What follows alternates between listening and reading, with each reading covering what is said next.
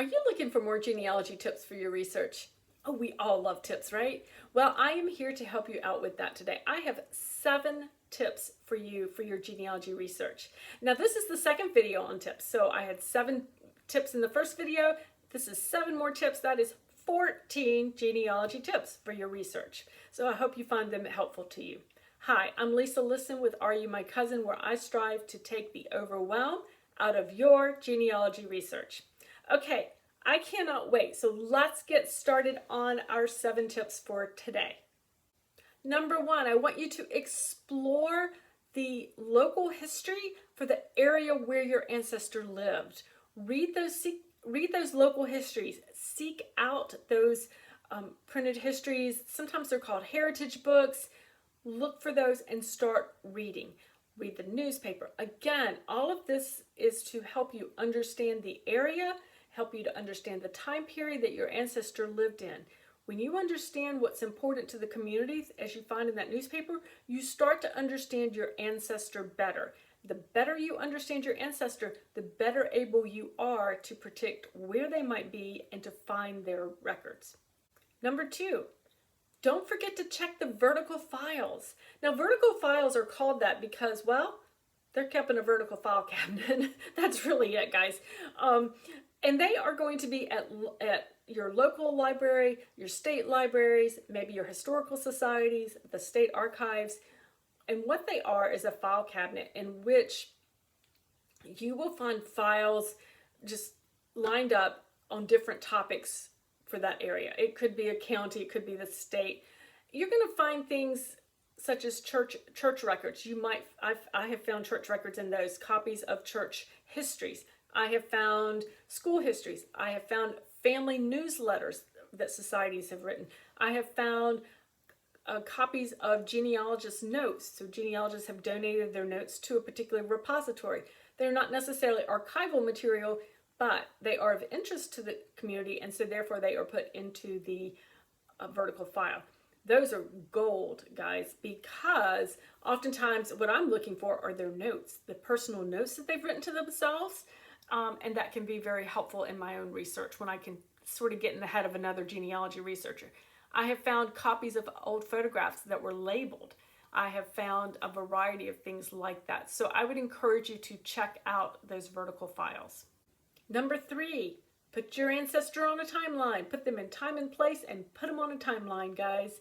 That is going to help you not miss out. It's going to help you identify research gaps. It's going to help you identify movement patterns. You start to see the patterns of your ancestor.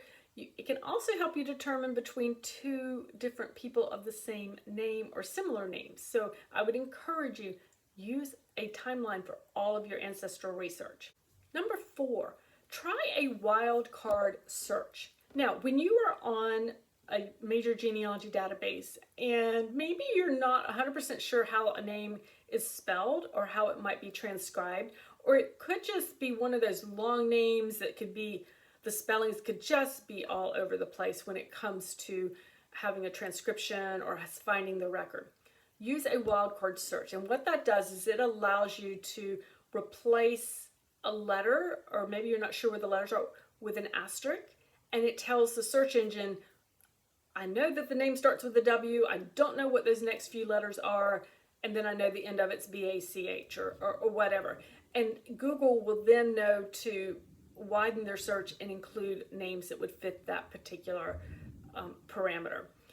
This will give you a wider number of results. Sometimes you have to search through more results, but it helps you to find those spellings that you might not have been aware of, those variations that you just might not have even thought to look for. Sometimes you'll pick those up in the wildcard search. So I would encourage you to explore using that wildcard search to find those troublesome ancestors.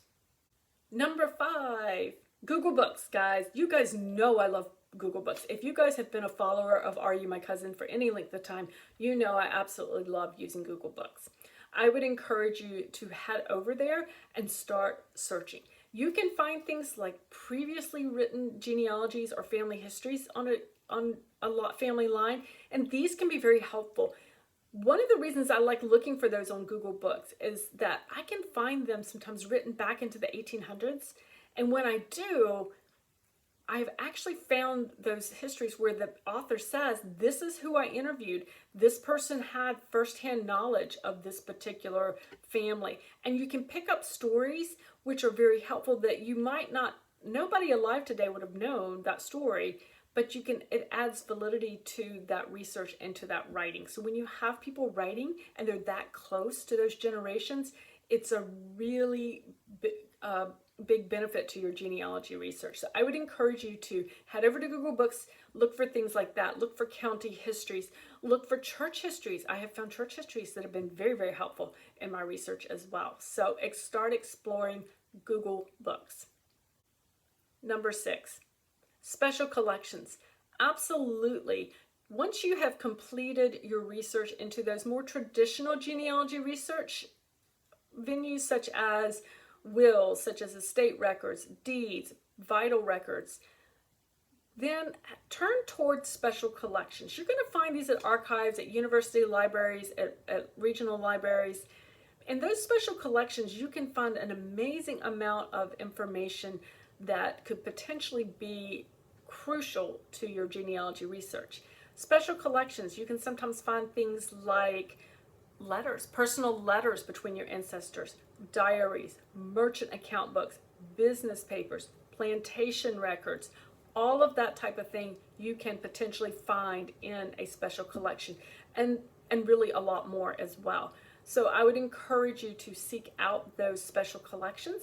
Ask the person in charge of the repository, whether it's an archivist, librarian, ask them how is best to search their collection, because it will vary from repository to repository. And start searching. Start your search, guys. You'll find some fascinating information and records in those collections. Number 7, get another set of eyeballs on your research.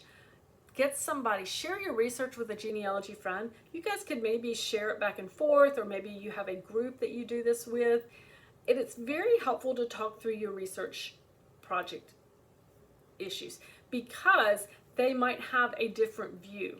If you can't prove it to another genealogist, you probably have some more work to be doing, right? But they might be able to give you some ideas on what you're missing or where to find a piece of information. In fact, you don't even have to have a genealogy researcher to listen to you. My dad is actually the one I talked to on one particular line. He's an engineer. He's very methodical, and he makes me prove everything, because he's always asking me, well, how did you know that? Are you sure? But couldn't that document mean this? So by proving it to a non-genealogist, that is also a great way to talk through your research. I've gotten some really good information and insight into my own research by doing that. So get more eyes on your research, talk it through, and I think you're going to find that to be a very helpful aspect to your research. Okay, guys, there you have it. That is 7 more tips for genealogy research. Yay, love it. You are going to be able to hopefully work through these, find at least one or two that are going to be helpful to you to use in your research today. And I would love to hear your results. So before you head off to start your research, to start going through the tips, hit the subscribe button in the bottom right-hand corner. That way you won't miss any of the new videos that I put here on the Are You My Cousin YouTube channel. I would also encourage you to head over to the website when you're done, because I actually have articles over there on all of these topics. So you can just kind of peruse the articles over there as well to find a little more in-depth talk on each of these tips. So I would encourage you to do that too. Okay, guys, have a fantastic day, and I hope to see you back here again. Bye.